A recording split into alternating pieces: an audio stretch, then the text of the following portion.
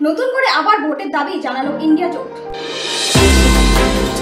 পশ্চিম ত্রিপুরা লোকসভা আসন ও আগরতলা ৭ রামনগর বিধানসভা কেন্দ্রে পুনরায় নতুন করে নির্বাচনের দাবি করল ইন্ডিয়া জোট।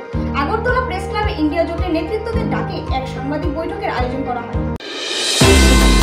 উপস্থিত ছিলেন পশ্চিম ত্রিপুরা লোকসভা আসনে ইন্ডিয়া জোটের কংগ্রেস প্রার্থী আশিস কুমার সাহা, রামনগর বিধানসভা কেন্দ্রের উপনির্বাচনের সিপিআইএম প্রার্থী রতন দাস, কংগ্রেস বিধায়ক সুদীপ রায় বর্মন, ত্রিপুরা বামফ্রন্টের আহ্বায়ক নারায়ণ কর, ত্রিপুরার প্রাক্তন মন্ত্রী মানিক দে সহ অন্যান্যরা। ইন্ডিয়া জোটের নেতৃত্বরা জানিয়েছেন, শুক্রবার ত্রিপুরার বিভিন্ন এলাকায় ভোটের নামে গণতন্ত্রের হত্যা করেছে। ভোটারদের তালাবন্দি করে রাখা হয়েছে ভোটারের বাড়িতেই। ইন্ডিয়া জোটের ৮০% পোলিং এজেন্টকে ভোট কেন্দ্রে যেতে দেওয়া হয়নি। এই ভোট প্রহসনাত্মক। ফলে পশ্চিম ত্রিপুরা লোকসভা আসনে জনগণের অধিকার পুনঃপ্রতিষ্ঠার দাবিতে ইন্ডিয়া জোটের নেতৃত্বরা পুনর্নির্বাচন চাইছে নির্বাচন কমিশনের কাছে। পাশাপাশি আগামী ২৬শে এপ্রিল পূর্ব ত্রিপুরা লোকসভা আসনের নির্বাচনে এ সকল বাধা বিপত্তি কাটিয়ে নির্বাচন কমিশন একটি সুষ্ঠু ও অবাধ নির্বাচন সকল রাজ্যবাসীকে উপহার দেবে বলে আশা ব্যক্ত করেছেন ইন্ডিয়া জোটের নেতৃত্বরা।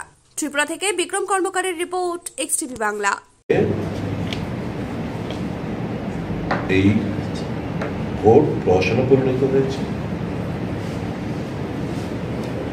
এবং সেই জন্যই আমাদের যে নারায়ণবাবু ডিমান্ডটা করলেন,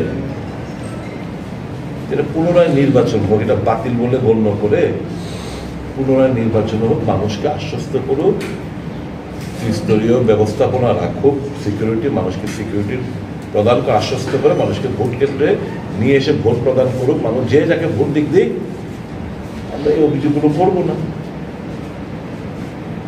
আপনাকে আপনার সাংবাদিক বন্ধুরা কি দেখেছে সকালবেলা থেকে? বুথের বাইরে নির্বাচন কমিশনকে সমস্ত গাইডলাইনকে বুড়ো আঙ্গুল দেখিয়ে শয়ে শয়ে মানুষ, অচেনা মানুষ, এদের দিয়ে মারাচ্ছে, এদেরকে চল মারছে, এদেরকে আটকাচ্ছে, গালাগাল করছে, পুলিশকে যেন বের করে নিচ্ছে, জাস্ট দেখিয়ে দিচ্ছে, আইডেন্টিফাই করে দিচ্ছে স্থানীয়রা, আর বাকি রাষ্ট্রবাদী করছে। এই তো হয়েছে সারাদিন ধরে। মানুষ দিতে পারিনি বলেই আমাদের একটা ডিমান্ড আমরা করছি, এই নির্বাচন প্রহসনাত্মক নির্বাচন, এটাকে নাল অ্যান্ড হোয়াইট করে তোমরা পুনরায় মানুষের মতামতটা নাও।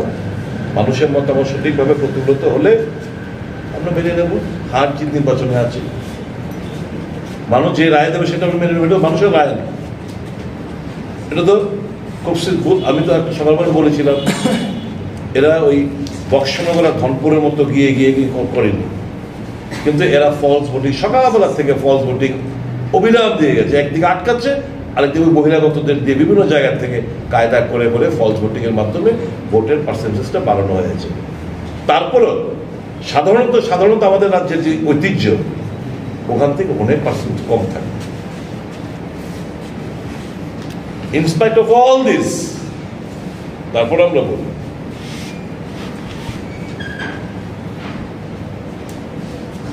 যারা এই এত বাধা বিপত্তির মধ্যে ভোট প্রদান করলেন, ভয়, হুমকি, চোখ রাঙানো, এই সমস্ত উপেক্ষা করে যারা ভোট কেন্দ্রে এলেন, ভোট দিলেন, তাদেরকে আমাদের দল এবং ইন্ডিয়া মঞ্চের তরফ থেকে আমরা তাদেরকে একটা বিশাল অংশের মানুষ, তাদের জন্য বড্ড আজকে আমাদের খারাপ লাগছে যে এই গণতান্ত্রিক উৎসবে তাদের অধিকারটুকু যে কেড়ে নেওয়া হলো। আর জিত ইজ নট এ ম্যাটার, কিন্তু the people who have lost the right, যে অধিকার, ভোটিংয়ের অধিকার, সেটাই যে কেড়ে নেওয়া হলো, যার বিরুদ্ধে আমাদের মূলত লড়াই, যে সংবিধান বাঁচাও, গণতন্ত্রের পুনরুদ্ধার করো, এই যে অধিকারগুলোকে যে কেড়ে নেওয়া হলো, তাদের জন্য আমাদের প্রচন্ড কষ্ট হচ্ছে। এবং সেই কারণেই আমরা এই ইলেকশনটাকে নাল অ্যান্ড হোয়াইট করে পুনরায় নির্বাচন করার আমরা জানাচ্ছি।